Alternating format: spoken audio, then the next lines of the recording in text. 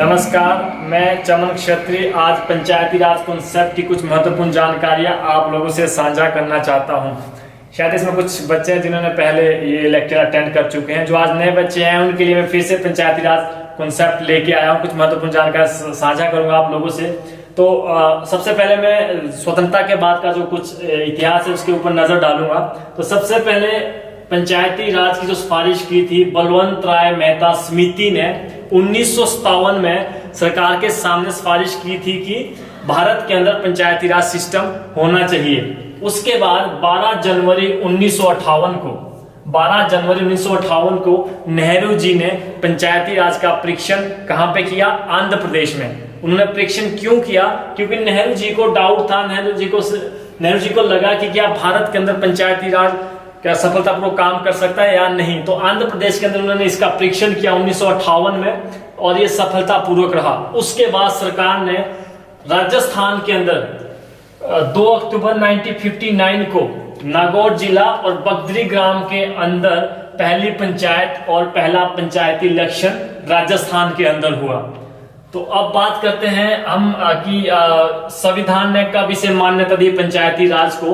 तो 73वें संशोधन के अंतर्गत यानी 73वें संशोधन के अंतर्गत संवैधानिक मान्यता दी गई किसे? पंचायती राज को। तो इसे भाग 9 और अनुच्छेद 243 ए से लेके 243 ओ तक पंचायती राज के बारे में दिया है। अनुच्छेद 243 ए से और 243 ओ तक, और इसे भाग 9 में शामिल किया गया है। अब हम बात करते हैं, अब जो हमारा आज का कॉन्सेप्ट है पंचायती राज।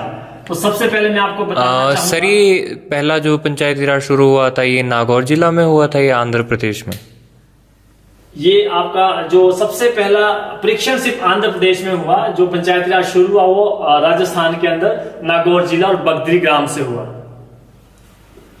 अब बात करते हैं हम पंचायती राज की, जो हमारा आज का कॉन्सेप्ट है। तो सबसे पहले मैं आपको बताना चाहूंगा कि पंचायती राज के 3 स्तर है, इसीलिए इसे त्रिस्तरीय पंचायती राज भी कहा जाता है। पंचायत हम ये भी कह सकते हैं कि जो हमारी पंचायत है वो 3 टायरों से चलती है, यानी 3 पहिया व्हीकल है, 3 पहिया गाड़ी है। इसमें सबसे पहले आता है ग्राम पंचायत। सबसे पहले इसमें आता है ग्राम पंचायत, उसके बाद आती है पंचायत समिति, उसके बाद आता है जिला परिषद। तो इसमें ध्यान रहे, तो इसमें सबसे अपेक्स जो सबसे बड़ा जो सबसे उच्च है वो है जिला परिषद। जो मध्यम में आता है वो है पंचायत समिति।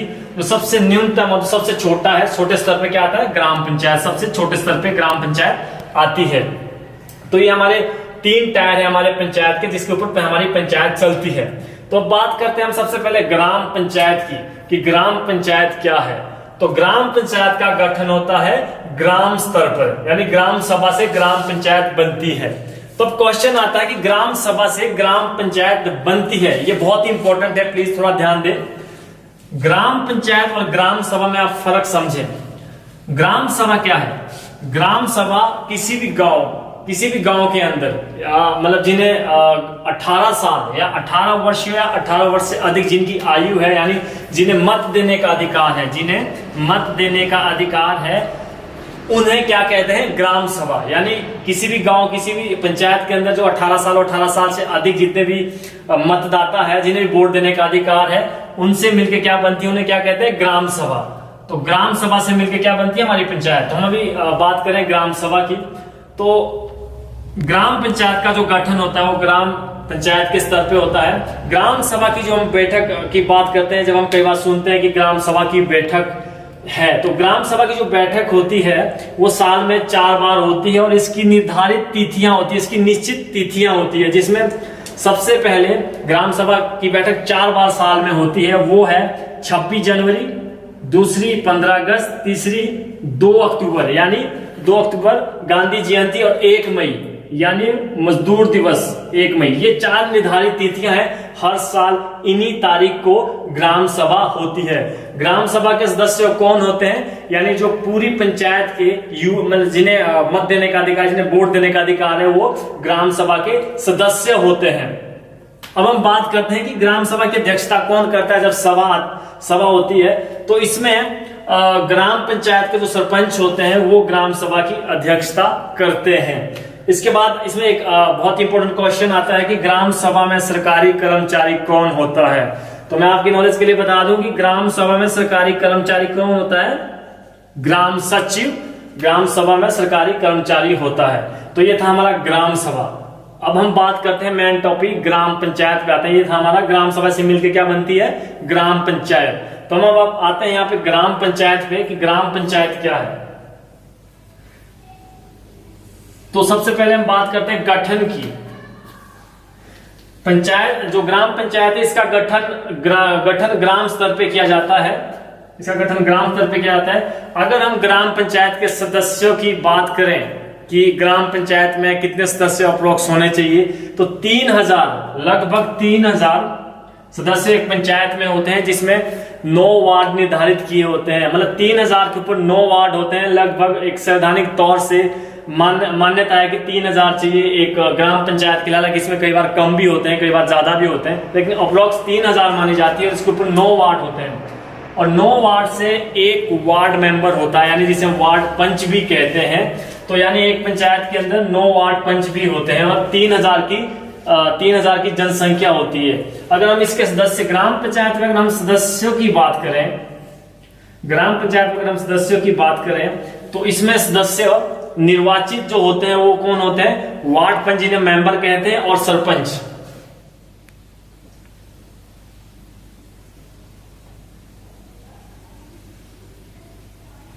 सरपंच तो इसमें निर्वाचित सदस्य कौन हो गए, वार्ड पंच और सरपंच। और इसका निर्वाचन कैसे होता है पंचायत में, तो ये बहुत इंपॉर्टेंट क्वेश्चन है। इसका निर्वाचन कैसे होता है, इसका निर्वाचन होता है प्रत्यक्ष और अप्रत्यक्ष रूप से, यानी डायरेक्ट और इनडायरेक्ट। तो पंचायती राज में जो सरपंच और वार्ड पंच यानी मेंबर होते हैं उनका होता है प्रत्यक्ष, और जो उप सरपंच है उनका अप्रत्यक्ष रूप से इलेक्शन किया जाता है। अब हम बात करते हैं ग्राम पंचायत में सरकारी अधिकारी की। ग्राम पंचायत में सरकारी अधिकारी कौन होता है, तो ग्राम पंचायत में सरकारी अधिकारी होता है ग्राम सचिव। फिर से मैं आपको याद दिला देता हूं, ग्राम पंचायत में सरकारी अधिकारी कौन होता है, ग्राम सचिव। तो ग्राम सभा की बैठक की अगर हम बात करें यहां पे, तो एक वर्ष में 24 बार ये बैठक होती है। एक वर्ष में 24 बार ग्राम पंचायत की बैठक होती है, यानी महीने में कितनी बार, 2 बार ये बैठक होती है। अगर हम पदाधिकारी की बात करें, ग्राम पंचायत में पदाधिकारी कौन होते हैं, तो सभी को पता है कि सरपंच व उप सरपंच जो है ग्राम पंचायत के पदाधिकारी होते हैं। और अगर हम शपथ की बात करें कि ग्राम पंचायत को सरपंच व उप सरपंच उन्हें शपथ कौन दिलाता है, तो यहाँ पे पीठासीन अधिकारी, जिसे हम कहते हैं हिंदी में पीठासीन अधिकारी, और आप शॉर्टकट में आरओ भी कह सकते हैं, रेजिडेंशियल ऑफिसर। पीठासीन अधिकारी किसे शपथ दिलाता है, सरपंच को, सरपंच और वार्ड पंच को जो शपथ दिलाते हैं पीठासीन अधिकारी दिलाते हैं। सरपंच अपना त्याग पत्र किसे देता है, सरपंच अपना त्याग पत्र देता है बीडीओ को। वीडियो नहीं, शायद मैं कल भी सुना था कोई वीडियो कह रहा, वीडियो नहीं बीडीओ आप कह सकते हैं, ब्लॉक डेवलपमेंट ऑफिसर, यानी खंड विकास अधिकारी। खंड विकास अधिकारी को ग्राम पंचायत का सरपंच अपना त्याग पत्र देता है। अगर हम बात करें ग्राम पंचायत के बजट की, तो ग्राम पंचायत का बजट तैयार कौन करता है, ग्राम पंचायत का बजट तैयार कौन करता है, सरपंच ग्राम पंचायत का बजट जो है तैयार करता है। उसके बाद बजट तैयार करने के बाद जो गांव का सरपंच है, जो पंचायत का सरपंच है, वो बीडीओ को भेजता है, यानी खंड विकास अधिकारी को भेजता है। और बीडीओ उसके बाद बजट कहां भेजता है, पंचायत समिति में। पंचायत समिति में बीडीओ फिर बजट भेजता है, और अंत में ग्राम पंचायत का बजट पास कौन करता है, पंचायत समिति ग्राम पंचायत का बजट पारित करती है, यानी पास करती है।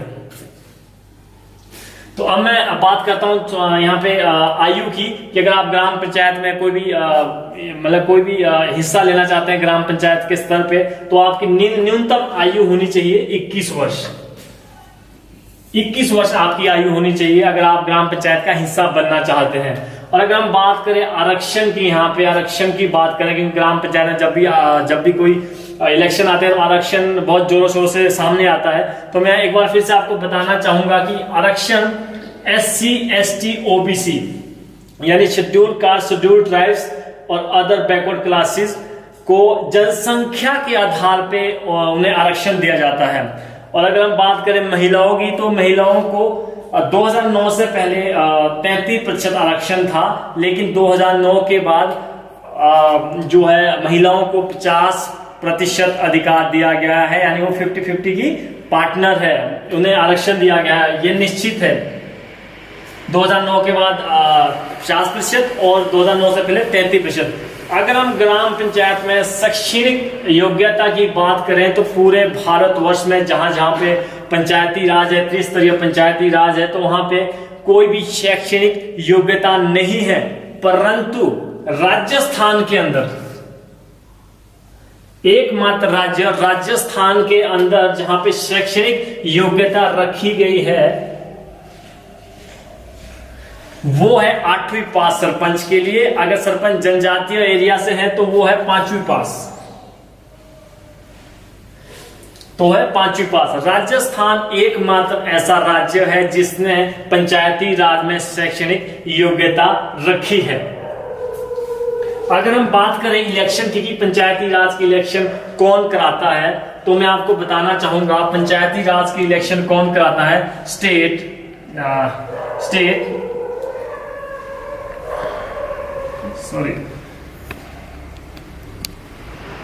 Election commission.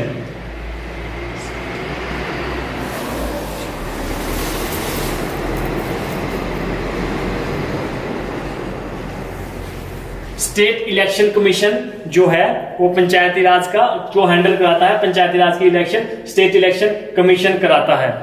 तो ये थी आज हमारे पंचायती राज के बारे में जानकारी। मैंने थोड़ा सा इतिहास के बारे में बताया, ग्राम सभा के बारे में बताया और ग्राम पंचायत के बारे में बताया। तो आज का हमारा ये जो पंचायती राज की महत्वपूर्ण जानकारियां थी ये मैंने आपसे साझा की। थैंक यू, धन्यवाद।